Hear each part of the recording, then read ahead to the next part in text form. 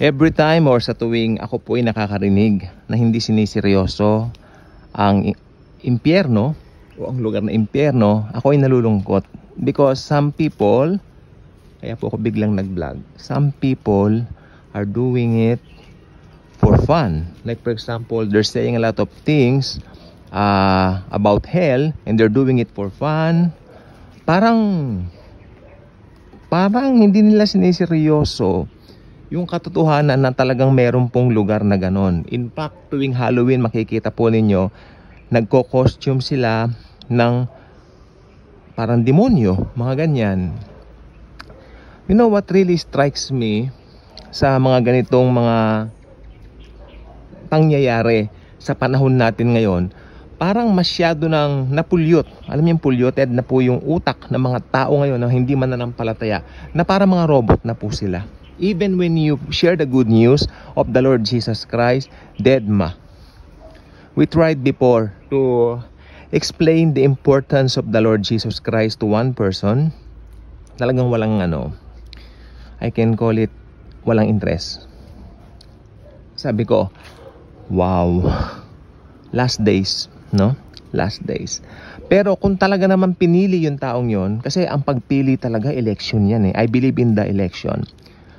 No? Yung hindi pa nangyayari, no? Inelect na po tayo. Pinili na po tayo from the beginning. 'Di ba? So, tayo po ay mapalad sa katotohanan na 'yan. Sapagkat bago pa lalangin ng mundo, lahat ng maboborn again, lahat ng makakakilala sa Panginoong Hesukristo, pinili na po ng Diyos Ama. That's something na hindi natin makayang tarukin, ang kabutihan ng Diyos sa buhay natin. Kaya nung nakakilala tayo kay Jesus, talagang wow, talagang super glorious that we know na maputol man ang buhay natin dito sa lupa, continuous po yan, hindi po napuputol ng kamatayan. Iba-iba ang situation ng Kristiyano. Oo, meron pong mga Kristiyanong okay, merong Kristiyanong ganito, may Kristiyanong ganyan, may Kristiyanong ganon, pero lahat tayo nagmamahalan bilang magkakapatid kay Kristo Jesus. Hindi pare-pareho ang doktrina natin, hindi pare-pareho ang pangalan ng mga denominations, pero ako po kasi, ako tulad ko po, ako malayang Kristiyano. Anong name ng denomination ko? Wala. Wala po akong denomination na sinasamahan. Basta kung saan may mga pulong ng Kristiyano, doon po ako pumupunta. Dahil I believe house church talaga ang pinauna ng Biblia.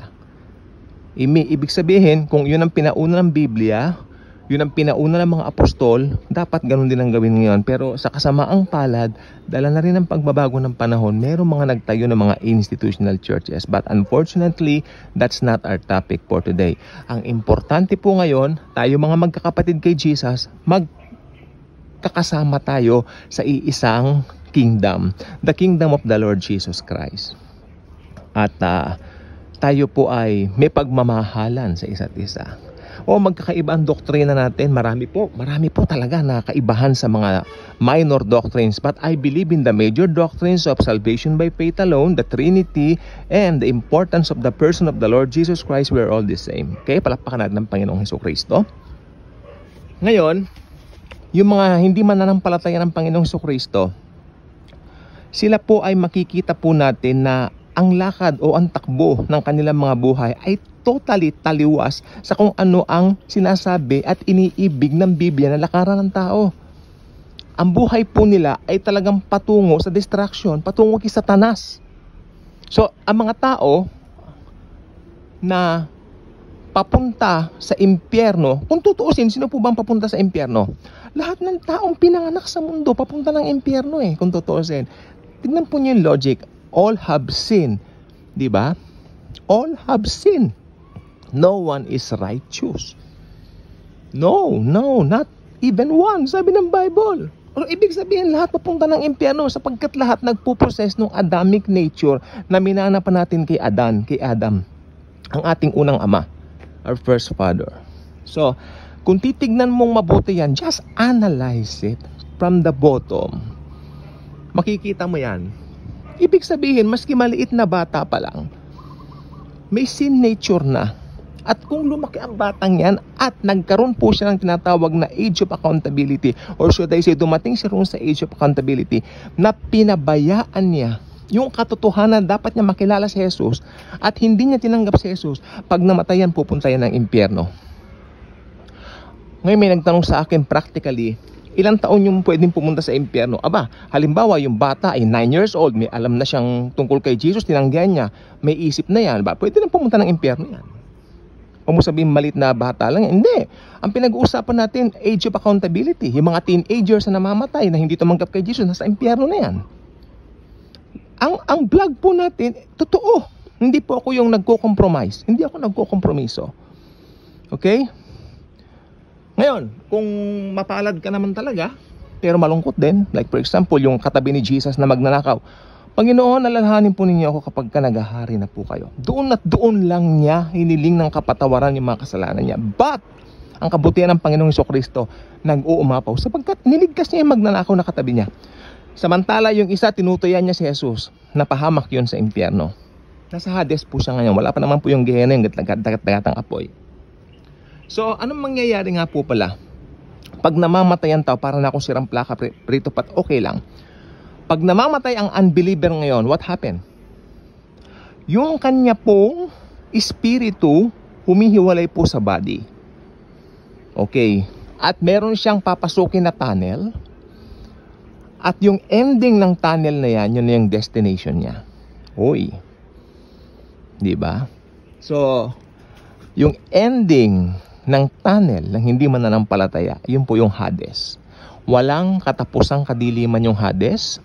Ang Hades ay puno ng kalungkutan. Ang Hades ay puno ng paghihinagpis. Ang Hades ay puno ng pagsisisi na sana nung lifetime nila, tinanggap nila ang Panginoong Jesucristo. Lamang ang nangyari,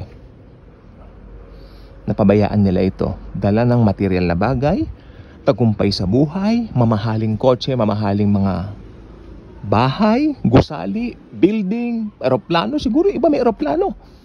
Yung iba naging CEO. Yan.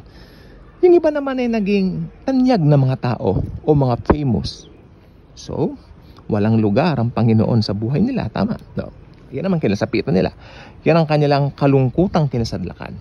Ang impyerno. But isa lang po ang remedyo sa impyerno. Ang Panginoong Jesucristo. Ngayon, anong ginagawa nila sa Hades? Ang ginagawa po nila sa Hades ngayon ay sabi ko nga po, puno ng kahinagpisan sa kanilang kinasapitan dahil tinanggihan nila ang nag-iisang tagapagligtas, ang God of Gods na si Lord Jesus Christ. Ngayon, pagkatapos nila sa Hades, meron bang susunod na hakbang? Apay, oo. Diba? Nakaprograma yan. Pag sinabi natin God's program, it's not the same program as we did. Kung meron tayong mga program o activities sa school, sa mga churches, no, it's not like that. Far from that. Ang program ng Diyos ay nakasulat sa isang aklat na kung tawagin ay Biblia, the Bible. That's why, if you don't read it, you will miss the mark surely. You will go to hell. You will end in hell. End up in hell. Kaya sabi ko po, may programa po diyan. After sa Hades, sila po, pagkatapos na po nung mga pangyayari dito, hindi po ba rapture? And then, syempre mayroong rewarding sa langit for the believers, yung Bema Seat of Christ. Then, dito sa mundo, ito po yung Great Tribulation. Then, matatapos po lahat ng yan. But, darating po yung time na lahat ng patay na hindi mananampalataya ng Panginoong Jesucristo, sila rin po ay bubuhayin, bibigyan ng laman, bibigyan ng mga buto, bibigyan ng kung ano-ano. Na parang ganito po, na buhay. No? At sila po ay haharap, sa white throne judgment. Ito po yung hukuman ng Panginoong Jesucristo para sa hindi mananampalataya. Si Jesus po yung nakaupo doon sa white throne. Lahat ng mga tao na hindi mananampalataya ay itatapon niya sa isang lugar na kung tawagin ay Gehenna. Ano po ba ang Gehenna? Ang Gehenna po ay lake of fire. Dagat-dagatang apoy. At ang sabi ng Biblia sa aklat ng Revelation chapter 20 or 21, I'm not sure, nakalagay po doon na Siya ay pahihirapan ng walang hanggan. No? Araw, gabi, walang hanggan. Continuous the cycle. Ikot, ikot, paikot, ikot, paikot, ikot. Continuous the cycle. While the born-again Christians are so happy in heaven with the Lord Jesus Christ Himself. Napaka-sweet. I love it. I love that truth, no? So, may panahon pa para maligtas. The moment is now. Do you want to pray a simple prayer with me regarding, to accept the Lord Jesus as your very own personal Lord and Savior? If the answer is yes, malugod kitang inaanyayahan sa dasal na ito. Father God in heaven, thank you for sending Jesus to die on the cross for my sins. Father God, I know that I am a sinner. I know that I need a Savior. And I now believe in the Lord Jesus Christ as the only payment for my sins. Lord Jesus, come into my heart, come into my life right now. Be the Lord and the Savior of my life, my personal Lord and Savior, I mean. And please drive me from now on. Be the driver of my life, pilot my life, be the pilot of my life. Thank you, Jesus, for making me a child of God. Holy Spirit, thank you for sealing me the seal of ownership. Mahal na mahal po ninyo ako. Kaya sa simula pa lang po, kami po ay inelect na po ninyo. I believe in the doctrine of election, Lord, dahil ginawa po ninyo yan sa amin. Predestined mo na po kami. Salamat po. Thank you, Jesus. Thank you, God the Father. Thank you, God the Holy Spirit. God the Father, God the Son, God the Holy Spirit, our God is 3 in 1. Thank you very much for sending Jesus into my life. In Jesus' mighty name I pray. Amen. If you just said or pray that simple prayer, I believe you got born again. You got saved. Start reading the Bible. It's a delight to read the Word of God. It's a delight to know how Jesus gave His wonderful life for you in order for you to have life, not only eternal life in heaven, but also an abundant life here on earth while we're here. Kaya dapat alam po natin yan. Okay? And congratulations. If coming from the heart, you just pray that simple prayer I just said a while ago, congratulations and welcome to the family of God, sapagkat ito po ang pamilya, no? Ito ang pamilya na talagang maglalast forever. Alam po niyo, wala pong forever sa lupa. Sabi nila pag may kinakasal, you are my forever. May nakita akong post sa Facebook, you are my person forever. That's wrong. Our person forever is the Lord Jesus Christ only. Yung mga asawa natin, mga anak natin, lahat po yan maghihiwalay po tayo pagdating ng panahon. But si Jesus mananatili. Yung mga love team na syempre hindi naman tayo nahuhuli sa mga balita. Yung mga love team na nagkahiwalay na yan, talagang walang forever dyan, no? Ilagay natin ang ating puso at isipan doon sa totoong forever, ang Bible.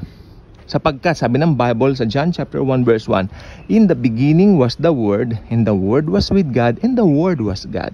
And kung talong ka ng 14, paborito ka to, and the Word became flesh and dwelt among us. Kung titignan po ninyong mabuti, ang Word of God ay si Lord Jesus Christ. Okay? So if you have Jesus Christ, you have the Word of God within you. Start reading it. Enjoy it. Enjoy the Word. Because ang Word of the Lord Jesus Christ, punong-puno ng mga promises na pwede nating i-claim sa bawat araw ng ating buhay. Okay? So, if you are not yet a subscriber of this beautiful and wonderful channel, blessed channel rather, I invite you to do so. Click the notification bell, share this video, share the wonderful grace and the love of the Savior, the Lord Jesus Christ. Thank you po, and Jesus truly loves us all.